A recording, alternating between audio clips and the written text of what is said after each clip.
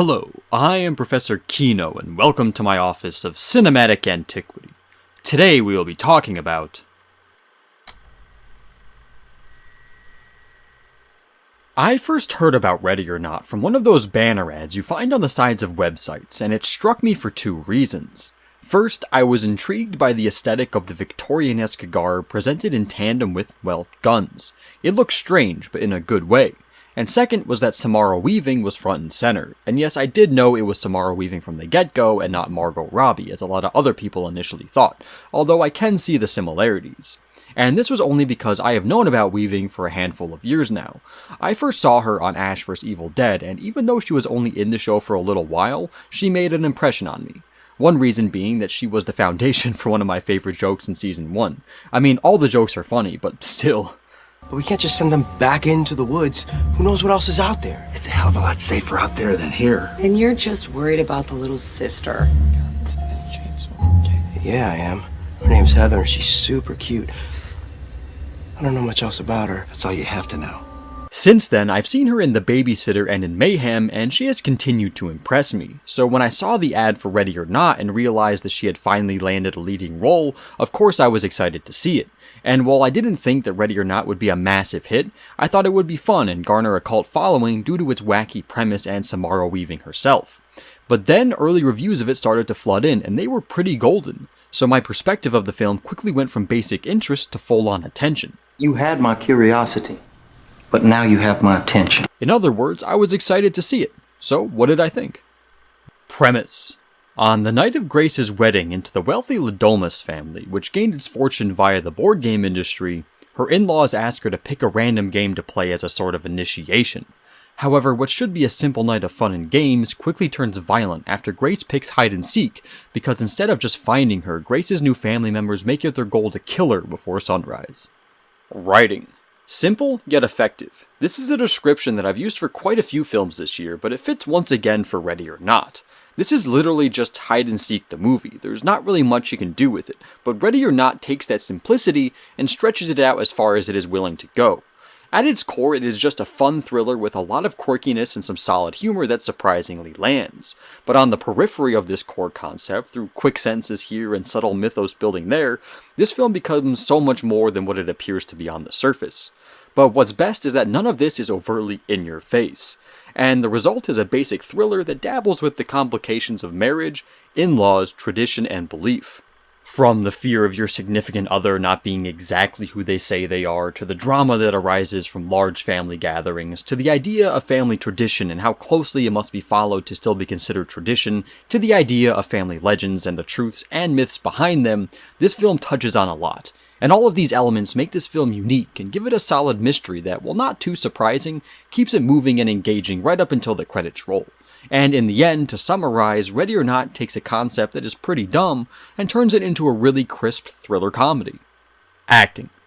While the script is fun and oftentimes smart, the real glue that holds Ready or Not together is its lead actress, Samara Weaving herself, the new Queen of Scream. And while she gets plenty of opportunities to show off her screaming chops here, she is most assuredly not a screaming damsel in distress. She is funny with great comedic timing, charismatic, relatable, and kick-ass. She is just a fantastic protagonist. As for the rest of the cast, most of the characters are one-dimensional. Bruun is the comedic relief, Melanie Scrofano is the klutz, Nikki Guadagni is the bitter aunt, etc., but they all play their parts well and are fun. However, there are two members of the Ladomas family that definitely stand out. First is the brother of the groom, Daniel, played by Adam Brody. He is very multi-layered. Despite being part of the Ladomas family, he is sick of their traditions, and because of this, he makes you continuously guess his allegiance right up until the end. And similar to this is the father of the groom, Tony, played by Czerny. Being the head of the family, he is stressed about the responsibilities and consistently trying to figure out how to uphold tradition despite the changing times that seem to make it more difficult by the day. So the cast is good with some standout performances from Weaving, Brody, and Czerny. Costumes, hair, and makeup. Most of the cast isn't fancy dressed, which makes sense because it takes place at a wedding, so suits and dresses. However, the costumes, hair, and makeup go beyond this. First is Grace's outfit. What starts out as a typical wedding dress quickly turns into a badass battle outfit. It gets tattered, ripped, and covered in blood while being simultaneously combined with ammo belts and various weapons.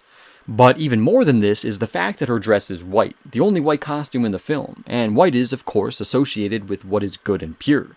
And this, in the film, contrasts nicely with most of the other characters' black outfits, the color most often associated with evil. So yeah, there is a basic good versus evil thing going on with the costumes, hair, and makeup. But what makes it even more interesting and fun are when you begin to look at the characters who don't adhere to this basic contrast. For instance, Adam Brody's Daniel has on a brown suit, symbolizing him not being wholly good or bad, and Grace's husband Alex has on a blue suit, which similarly brings his allegiance into question. Is blue good or bad? It's all very simple, but definitely effective. Set design. There was only really one set, a big old Victorian mansion, and it's fun, very reminiscent of a classic haunted house, complete with odds, ends, hidden passageways, and secrets.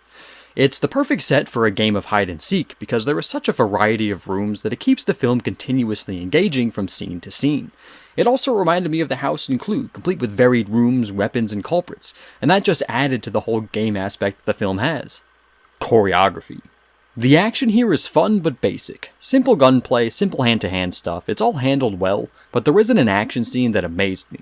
They work enough so as to make each confrontation tense, but it's nothing special. Cinematography. There is some nice framing here, particularly with regard to the mansion itself and during the slower moments.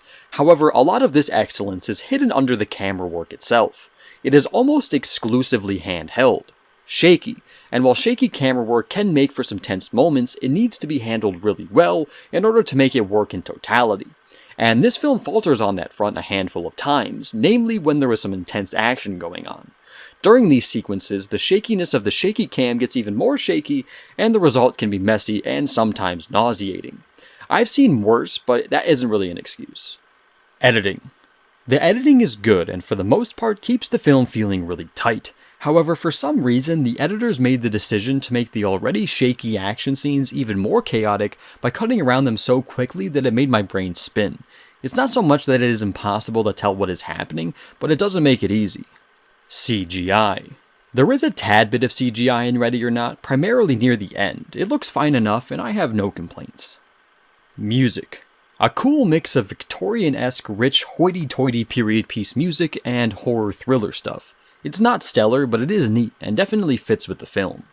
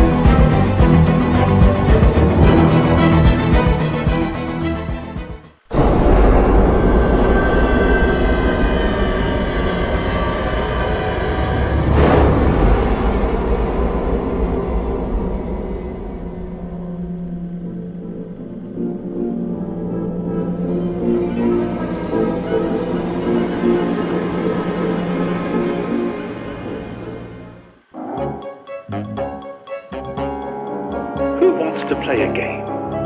It's time for hide and seek. Run, run, run. Time to run and hide. Run, run, run. And now I'm going to find you. Scurry off into the darkness. Hurry, I'm behind you. Don't you speak. Hide and seek. Direction. Directors Matt Bettinelli-Olpin and Tyler Gillette crafted a film that feels somewhere between being amateur and professional, and it makes the experience charming. While there are some issues, primarily with technical things like cinematography and editing, the final result is still an undeniably fun thriller comedy with a good dose of wit that stands somewhere on the cusp between feeling like a blockbuster and a hidden indie darling, and that makes it a unique and memorable time. My enjoyment. I enjoyed Ready or Not. It's basic, but sometimes you need something basic. If every film was a deep philosophical art piece, it would get tiring. That's why it is always great when a straightforward but effective film comes along that entertains and feels fresh. And because of that, I can't wait to see Ready or Not again. It's just good, simple fun. Recommendations. If you are looking for a solid thriller, look no further than Ready or Not. There's not much more to it than that. It's fun, intense, and entertaining throughout. One more good horror thriller to have come out this year. We really are in a golden age of the genre, and I, for one, hope it continues for years to come. So if you are like me in that respect, I recommend going out and supporting Ready or Not. Let's encourage studios to keep giving us quality thriller products like this. Thanks for watching, I hope you liked it. If you did, leave a like. If you want to add anything, feel free to leave a comment. If you want to see more, please subscribe. I am Professor Kino, and I look forward to our next discussion.